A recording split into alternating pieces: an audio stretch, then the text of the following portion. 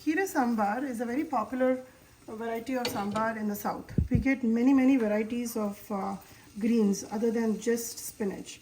Today I'm using Swiss chard, which is homegrown, and I've just taken it out of my backyard and I've used it in making the sambar. It's a quick preparation. Once you have the dal boiled and ready, it pretty much takes just about 10 minutes to put it together. This portion is perfect for about 5 people. Let's see how to make Keerai Sambar. This is Swiss chard, and the taste of the leaf is exactly the same as spinach, and it holds well, whereas the spinach will wilt away too much. So the difference between the two is that you'll get more quantity out of this, and it's really healthy because it has a lot of these colorful leaves, and when you add more color to your food, it gives you more nutrition. Of course, spinach is no less than this, but this taste is really something good. I have about 2 pots of Swiss chard, which I'm going to harvest today and make sambar out of it.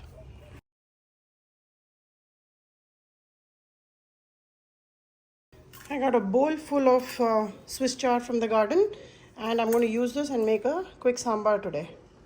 The Swiss chard is chopped and I'll keep it ready. I'm going to prepare the sambar in my soapstone vessel. Never put this vessel directly on the stove top on the open flame. Otherwise it'll just crack. If it is not seasoned well, it'll definitely crack. So make sure you add some liquid or oil for tadka before you get started. In my case, I'm going to add the tamarind juice in it with salt and haldi. Bring it to a boil and then add the sambar powder followed by the Swiss chard. In this vessel, this is about 1/4 cup of tamarind water, which I'm going to add, and I'll add about 1.5 cups of water in this. Let's go ahead and do that. In my cup measurement, I've taken 1.5. With this, I will add some turmeric and salt and then bring it to a rolling boil. I want to make sure that there is foaming on top of the tamarind, which will tell me that it is fully cooked. Let's turn on the gas now and bring it to a boil. I'm not adding any tomatoes today, but tomato is completely optional. If you want to add tomatoes, you can, but I just like to keep the whatever greens I'm using, just that flavor to shine in the sambar I'm preparing.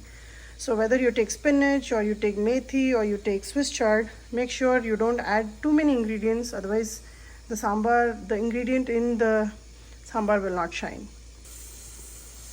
The tamarind pulp and the water is coming to a nice rolling boil.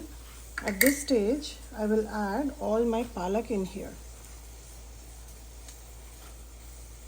so that the greens absorb the nice tanginess of the tamarind. In the pressure cooker behind, my dal is boiling. Ideally, I should have finished boiling the dal before I started this, but nevertheless, I'll just add all this and then also add some sambar powder to it. In goes around 3 tablespoons of sambar powder. Mix this really well. The dal is ready. I have diluted it, and this is the consistency I am looking forward to. The dal is well cooked, and the spinach, the Swiss chard is also boiling here. So this doesn't take much. So once your dal is cooked, the sambar can be put together in less than 10 minutes.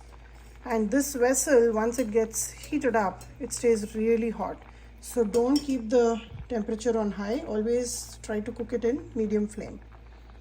Now if you notice the foaming around the top, that is good enough an indication that the tamarind is well cooked, and the spinach, the Swiss chard that we have added is also wilted down.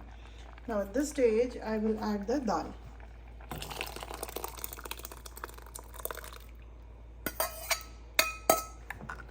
Now allow this to come to a nice rolling boil.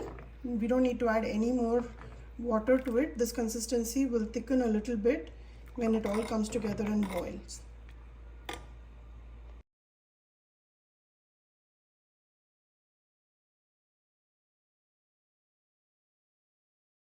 sambar now is ready. I have turned off the gas. The speciality about this vessel is it will keep the food really hot for quite a long time. Even though I have turned off the gas, it will continue to boil for a little while. So I'm going to just keep this covered, take it away from the flame and give it a good tadka right now. In my tadka pan, I have about 2 tablespoons of coconut oil. Along the mustard seeds, I will also add the tadka with some vadagam. Vadagam is a sun-dried preparation with onions and garlic and curry leaf and everything that you basically use in tadka. So I will use a tablespoon of this along the other tadka ingredients that I took out, which is just mustard seeds, curry leaf and red chilli. So let the oil heat up. Sambar is a very health-friendly diet because there is very little oil that we use, and you can control the amount of oil that you use in the tadka. For health benefits, I use coconut oil in sambar. Some people even use sesame seed oil, and of course the popular choice of peanut oil. In our house, if it's sambar, it is coconut oil. If it is rasam, it is ghee.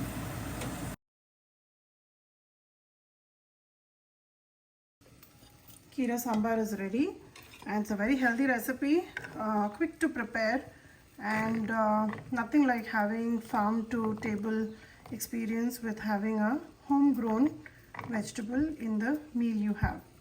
So enjoy, try this recipe, like, share and subscribe, and let me know how it turned out for you.